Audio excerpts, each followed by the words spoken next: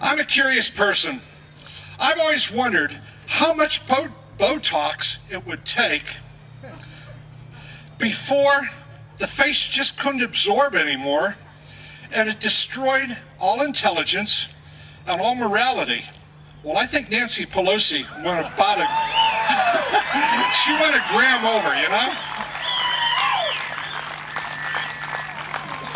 Well, I'm being cruel up here. You know, I used to write editorials for the local newspaper, and they stopped printing me about 2 years ago. No more from George Caylor. They don't want to hear from a right-wing radical. And I stopped my subscription, so I'm here talking to you tonight. And then it struck me when I stopped my subscription to a local newspaper, maybe that's why newspapers across America is a dying industry. People don't like that, you know, they don't like the liberal slant all the time. There was a local race here. I don't know if you noticed the editorial page. There were like 50 for the liberal, 1 for the conservative. Next day, 50 for the liberal, 1 for the conservative. I don't know where that came from. Now, first thing, let's behave today. It looks as though we are. You know, when I went to my first Promise Keepers event back in 1993, I rented a car. And as I was driving up towards Boulder, Colorado, I turned on the radio, and it was already tuned to NPR. And this is what I heard. Let me quote it exactly. Boulder is once again bracing itself for the onslaught of the radical, violent, racist Christian right who have dubbed themselves Promise Keepers. Extra police have been put on alert to keep them in check.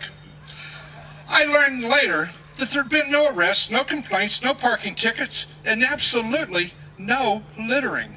Amazing. NPR simply lied. I couldn't believe that NPR would just lie to us like that, but they did, you know? What's happening now to the Tea Party? Has anybody here visited the Capitol building? You know, congressmen have their own entrance and exit, but the Black Caucus was wandering around through the Tea Party people. Just wandering around, hoping to get a rise out of someone. Did you see that? It was on TV all over the place. The cameras were all running. There must have been a dozen cameras getting ready for something. The microphones were set on sensitive, getting ready to hear something. They were hoping to hear some racial slur, something like that. Absolutely nothing. No insults, no meanness. And I was wondering, if they thought the Tea Party was violent, why would these guys be just walking in and out among those Tea Party members, you know? Well, the media said there was curse words and swearing and bad N-words and all kinds of stuff. It didn't happen. If any of it would have happened, we would have heard it on camera, wouldn't have we? It was running, just waiting for that, but it didn't happen. So it's happening to us now. And so we're the best behaved people I know of, except maybe tonight. And what I want to do, remember when William Wallace, Braveheart, when he was going out onto the field, and they said, "What are you going to do, William?" He said, "I'm going to go peck a fight." Well, tonight I really do feel like pecking a fight. You know, for the better part of my 66 years on earth, I've been fighting to preserve Western culture, our Judeo-Christian traditions.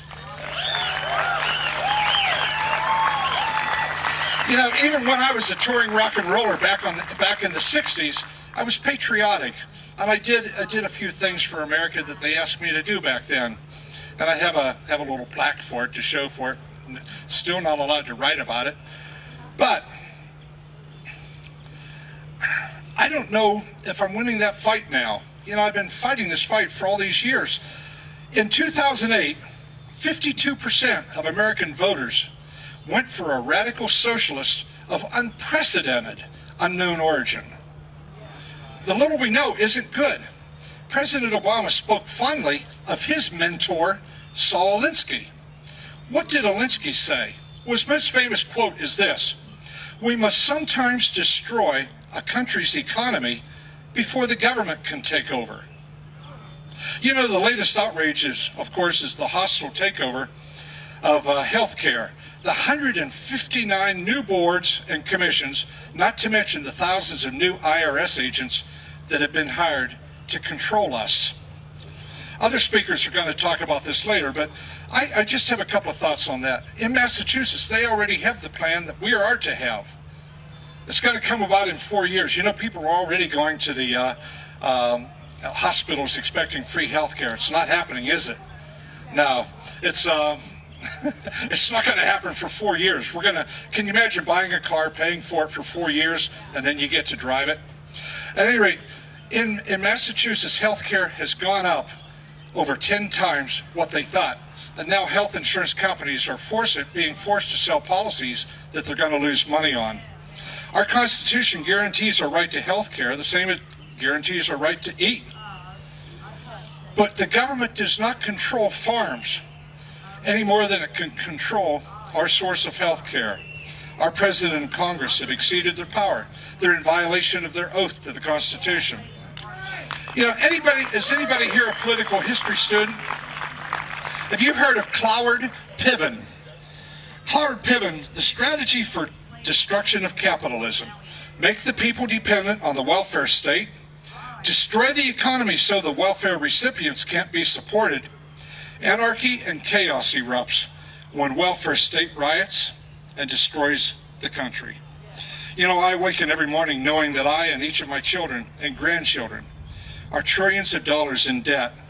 We're paying trillions of dollars in interest over the course of the next 10 years to China, Saudi Arabia, Venezuela, our best friends in the world, right? It's like being addicted to dope and the mafia is controlling the dope. They in turn are lending trillions of dollars to feed America's liberals' lust for power. Long ago we learned the Social Security Trust Fund was raided. It was raided and they gave billions in foreign aid to countries who hate us in return. When Robert Mobutu died, he was the dictator of Zaire. When he died, he left an estate of about $8 billion. Most of it was in European real estate. Do you know how much foreign aid he got from us? $8 billion.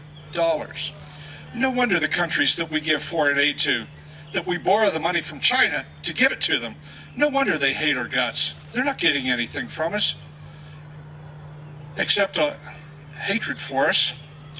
There's a beautiful little 13-year-old somewhere. I was talking to her the other day and she said, "What are you Tea Party people about anyway?" I said, "Suppose you had a credit card. Do you have one?" She said, "No, I'd like one." I said, you're too young. 13's too young. But let's suppose you had a credit card and your parents went on a European vacation for a long time and they didn't take you. Would you like that? No. What if when they came back you discovered they had put $200,000 on your credit card and now you have to pay it back? I'd hate that. I said, what if they both voted that they could do that to you? Would that make it right? No, it wouldn't. I said, that's what America is doing to you.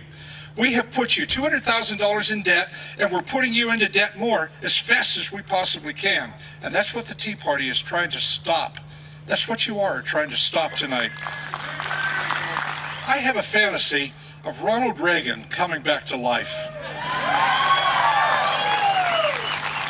Oh, it gets better. The fantasy goes on. He goes to the White House. He kicks out an undocumented guest worker. And he restores us to a constitutional republic. You know, it's a strange fantasy, isn't it?